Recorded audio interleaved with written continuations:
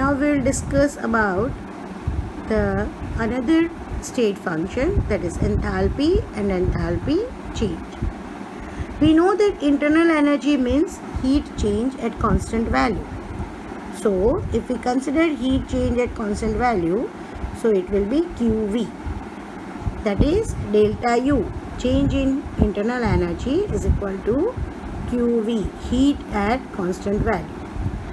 As for the expansion of gas, the internal energy is delta U is equal to QV minus P delta V, because W is equal to P delta V and work done by gas is negative. So it is minus W, and putting the value of W P delta V, it is QV minus P delta V. Now for the chemical processes of gas at constant pressure, if it is to be considered at constant pressure, then we have a new term, which is the enthalpy. Enthalpy is denoted by capital H, and change in enthalpy will be delta H. So capital H signifies heat at constant pressure. So here, as in internal energy constant value, so delta U is equal to QV, here delta H is equal to QP. And again for the reaction, if we think reactant is A and product is B, then enthalpy will be HA for reactant, and for product it will be HB. Enthalpy is a word which is taken from the Greek word enthalpion. It means to give the warmness to the reaction or the reaction which contains heat, right? So now if we consider change in enthalpy, then enthalpy of product minus enthalpy of reactant. So how we can define the enthalpy? Enthalpy is defined as the sum of internal energy is U, and product of its pressure and volume. Product of pressure and volume of the internal energy, addition of this product, that means multiplication of pressure and volume plus internal energy. So here see, enthalpy is sum of internal energy and product of pressure and volume, right? So if we consider delta H is equal to HB minus HA, and if we say that delta H is equal to heat at constant pressure, then it is also considered as HB minus HA. And as per the definition, enthalpy is equal to sum of internal energy, product of pressure and volume. Now as for the reactant, HA is equal to UA plus PVA, and for product, HB is equal to UB plus PVB. Now change in enthalpy, so put this both the value in the change and enthalpy change. So HB minus HA, putting both these value here, we will get UB plus PBV is minus UA plus PVA. Now please take the like term together. So UB minus UA plus PVB minus PVA. So UB minus UA, what is it? Change in enthalpy, so delta U. And here taking P common, VB minus VA is change in volume, so delta V. So change in enthalpy is equal to change in energy, internal energy plus pressure into change in volume. So from this, what we can say for delta U and delta H? Delta U is internal energy. As for first law of thermodynamics, what is it? Delta U is equal to Q plus W. And when gas expands, during expansion, work done is by the system, and first law of thermodynamics will be Q minus W. As per first law of thermodynamics, it is Q plus W. But when gas expands, then what happens? During expansion, work is done by the system.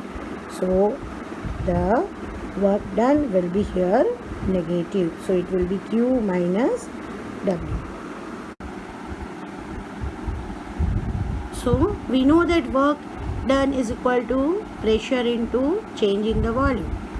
So for any gas expansion, delta U is equal to Q minus P delta V. And if we consider heat from it, because gas expansion takes place when heat is given. So if we want to calculate heat from it, then heat is equal to delta U. This will be on this side, so plus P delta V. So this is about when the pressure was constant, right? If pressure is carried out at constant volume now, then delta V will be 0 and P delta V will be 0. So heat at constant volume is equal to delta U. And what happens here? P delta V will be 0 now. So constant volume heat is equal to change in internal energy. And from that, what is the enthalpy? Enthalpy is equal to internal energy plus PV. So putting the value of change, delta H is equal to delta U plus delta P into V. Now here we are in need to consider two cases differently because we have two different factors, pressure and volume, right? So if we consider first case at constant pressure, then there will be change in the volume. And if we consider second case, then volume constant, that is here delta P is, that is the change in the pressure is to be considered, right? So here at constant pressure, delta P will be 0 and heat will be heat at constant pressure. So V into delta P, it will be 0, and therefore enthalpy change will be change in internal energy plus P delta V. And QP, that is heat at the constant pressure, will be also delta U plus P delta V. Now according to ideal gas equation we know it is PV is equal to nRT. So considering here PV is equal to nRT and change in volume, that is P delta V is equal to delta NG RT. Now here we know that R is gas constant, T is temperature, it is also constant. Then what is this Ng delta?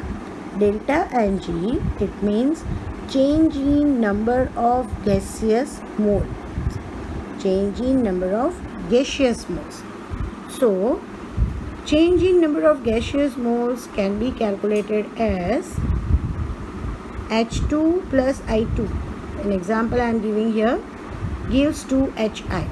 Now see here, this is gaseous, this is gaseous, this is also gaseous. So considering delta Ng is equal to number of moles of product, gaseous moles, but minus number of moles of reactant in a gaseous form. So here see gaseous HI is having 2 moles. So product 2 minus 1 plus 1. So reactant 1 plus 1, 2. So delta Ng is 0. Now one more example is when calcium carbonate is decomposing, thermal decomposition takes place, then it gives calcium oxide and carbon dioxide gas. This is solid reactant, one of the product is solid, one of the product is gaseous. Now what is the change in moles of gaseous mole? That is equal to number of moles of product minus number of moles of reactant. So here product is only carbon dioxide gaseous form, so 1 mole, and reactant side it is solid form, so not to consider, so 0. So here delta Ng is 1. In the same way, when 3 moles of H2 reacts with N2, both are in gaseous form, it gives ammonia gas 2NH3 gaseous form. So here delta Ng will be 2 minus 3 plus 1, that is 4. So 2 minus 4, delta Ng will be minus 2.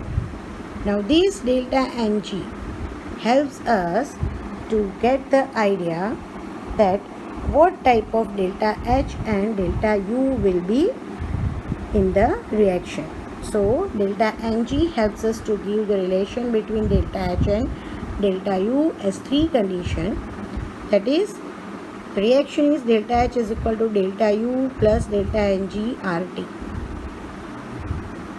For delta Ng equals 0, if delta Ng is equal to 0, if we will put here 0, that whole term will be 0. So what will be the final answer? Delta H will be delta equals to delta U. Why this is important for us? Because in numerical sometimes it will be given that calculate delta U, where delta H is given and reaction will be given. So instead of going for all this calculation, we will first consider only delta Ng. If delta Ng comes 0, then we will have to write down that delta Ng equals 0. So delta H is equal to delta U. So whatever the value of delta H will be given, that will be for the delta U, right? Second condition is, if delta Ng is greater than 0, then your delta H, that is enthalpy change, will be greater than delta U. And if it is less than 0, then change in enthalpy will be less than change in internal energy. So in this way, these three conditions are important as considered to the numerical part and even for the objective types of question answers, right? Thank you for today.